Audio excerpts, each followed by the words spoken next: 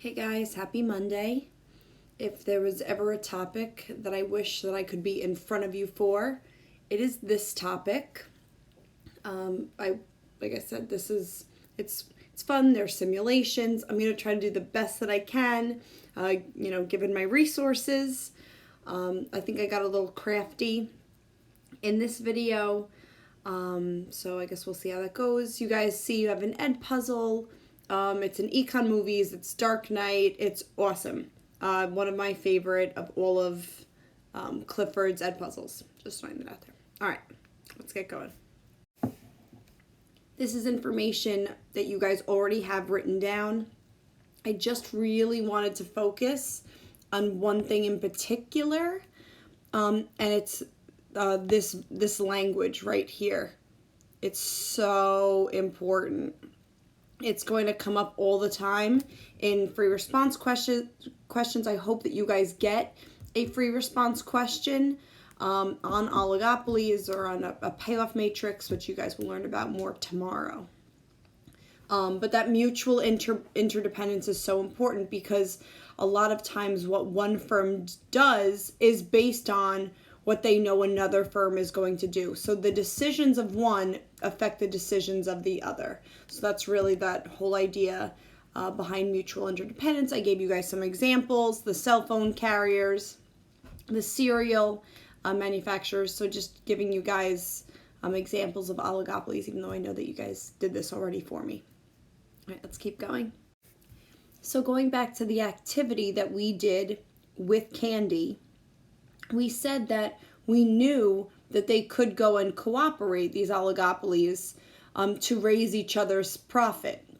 And that when they all work together like that, it somewhat forms what we call a cartel, where again, they're going to agree to obey output restrictions in order to increase their joint profits. So they're not all going to produce and produce and produce, otherwise there'd be overproduction and then they can't charge as much. So they actually limit output so that they could raise prices, but that's something you don't necessarily want to cheat on. And again, if I were in front of you, I would give you the don't cheat on the cartel, which is very, Breaking Bad of me to say to you. But I feel like in the real world, don't cheat on the cartel. But for this, for fun simulations, cheat on the cartel. It's just candy. They may also engage in non-cooperative behavior, which is essentially cheating on the cartel, ignoring the effects of their actions on each other's profits. And you guys remember when, someone in that oligopoly group would try to sell their candy for even a penny less than what the group agreed on. So that's really that non-cooperative behavior. All right. This is a simulation I would do with you if we were in class. So I'm going to read to you guys the simulation, and I want you guys to actually act as though I were asking you specifically. So this is the ice cream man simulation, and I give you the following parameters. You're an ice cream salesman at the beach. You have identical prices as another salesman. Beachgoers will purchase from the closest salesman. People are evenly distributed along the beach, even though this is just a random picture that I found. Each morning, the two firms pick locations on the beach, and firm A decides where to go first. So where will firm A set up? So I want you to think like you are firm A. And I want you to kind of like, and I'm just like rando putting like an X, but let's just say, you can just go and mentally put an X somewhere. Where would you put yourself? And I want you to really think about where you would go and put yourself. So now think about another firm, not you, because you were firm A and you got to pick anywhere you wanted on the beach. Now, based on what you, firm A, did yesterday, the day before, what do you think firm B will try to do when they get to go first the next day? They wake up extra early and they set up shop first. Where do you think they will set up? So what I want you guys to think about was, what is the best strategy for choosing a location? Would you be able to predict the end result every single day? And how is this observed in the real world? Okay, so now I thought I got a little crafty, and I embedded a video that I would have showed you if we were in class, and it's a great video because it actually does show this phenomenon, why stores tend to congregate in areas to gain market share, that there's actually economics, specifically game theory, behind this and how it affects strategic decisions.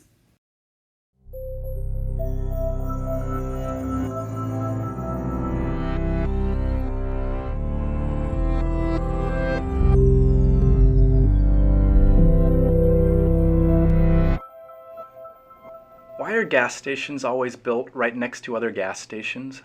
Why is it that I can drive for a mile without finding a coffee shop and then stumble across 3 on the same corner? Why do grocery stores, auto repair shops, and restaurants always seem to exist in groups instead of being spread evenly throughout a community?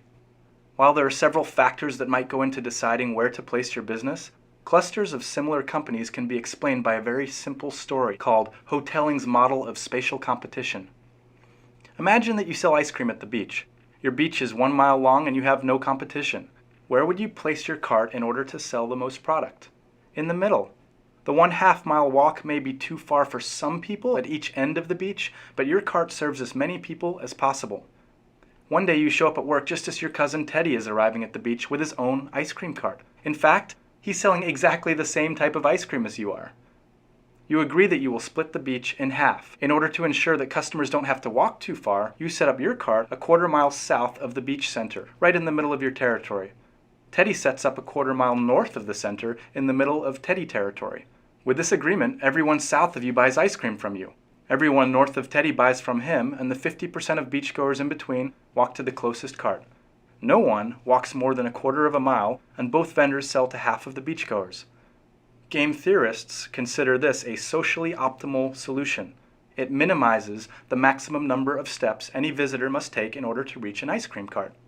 The next day, when you arrive at work, Teddy has set up his cart in the middle of the beach. You return to your location a 1/4 mile south of center and get the 25% of customers to the south of you.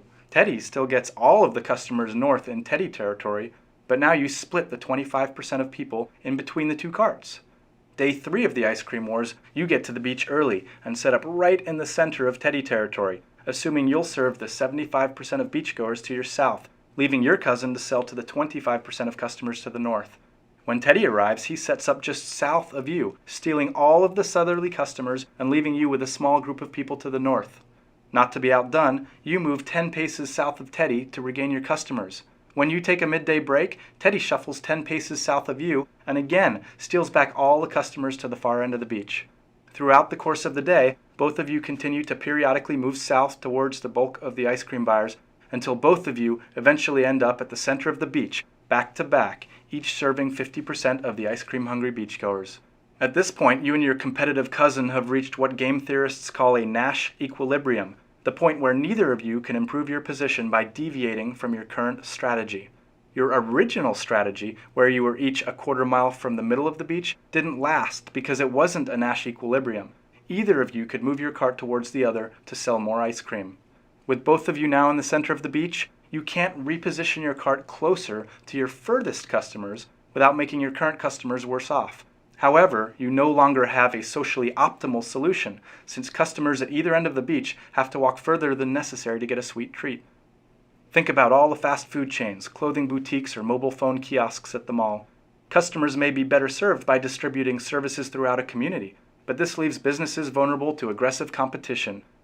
In the real world, customers come from more than one direction, and businesses are free to compete with marketing strategies, by differentiating their product line, and with price cuts. But at the heart of their strategy, companies like to keep their competition as close as possible.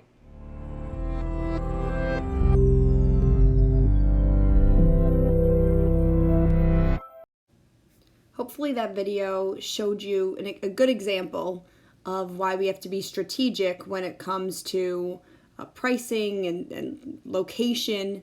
And game theory is essentially that study. How people behave in these strategic situations, and understanding it's going to be important for us to understand how these firms will actually end up maximizing profits. All right, so why learn about this? Again, going back to that idea, using that same type of language, that oligopolies are interdependent.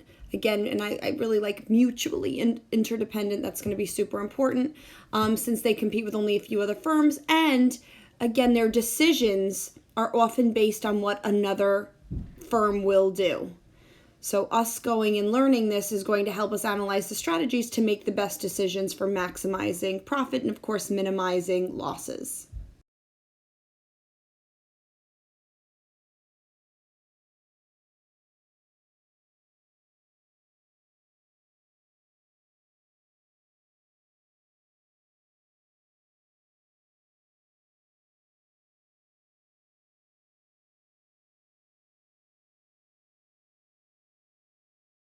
Ay, ay, ay.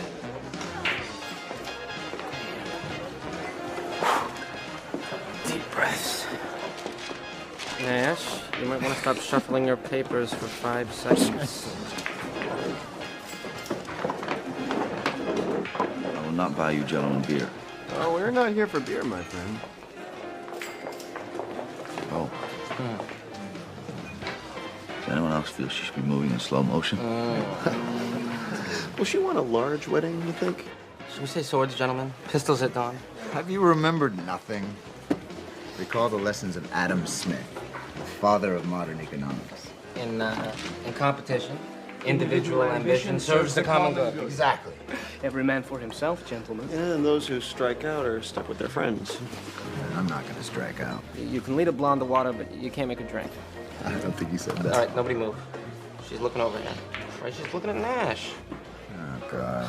All right, he may have the upper hand now, but wait until he opens his mouth. Remember the last time?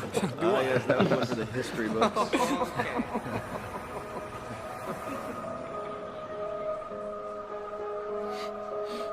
Adam Smith needs revision. What are you talking about?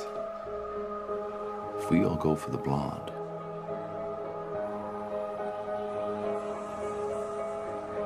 we block each other. Not a single one of us is going to get her. So then we go for her friends. But they will all give us the cold shoulder because nobody likes to be second choice. But what if no one goes for the blonde? We don't get in each other's way, and we don't insult the other girls. That's the only way we win. That's the only way we all get laid.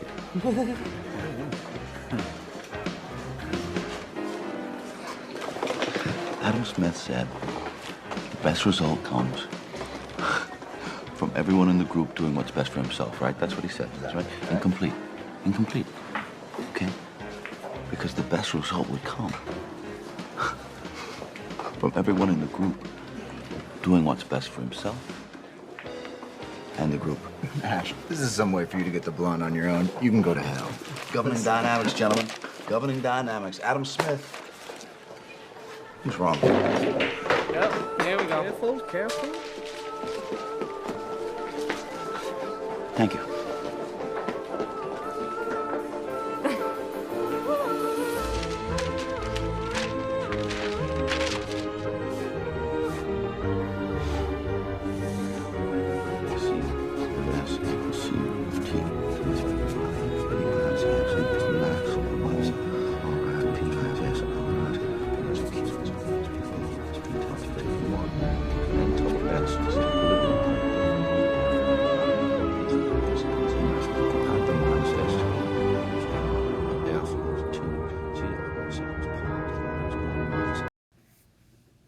So hopefully all those videos worked for you.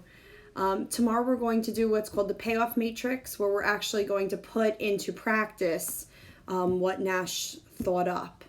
So how, if we think about the group, how that will affect us, and then how, if we just think about ourselves, our outcomes change. So you guys are going to watch an ed puzzle tonight for homework, and you guys are going to start to learn a little bit about this concept, dominant strategy, Nash equilibrium, where again, based on the option that you choose, you result in different outcomes.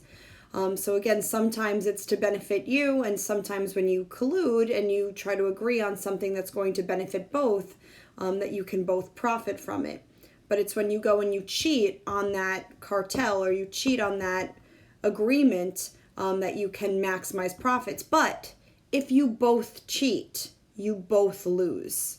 So that's where it becomes that prisoner's dilemma. And we're going to learn about that tomorrow. It's one of my favorite things to teach.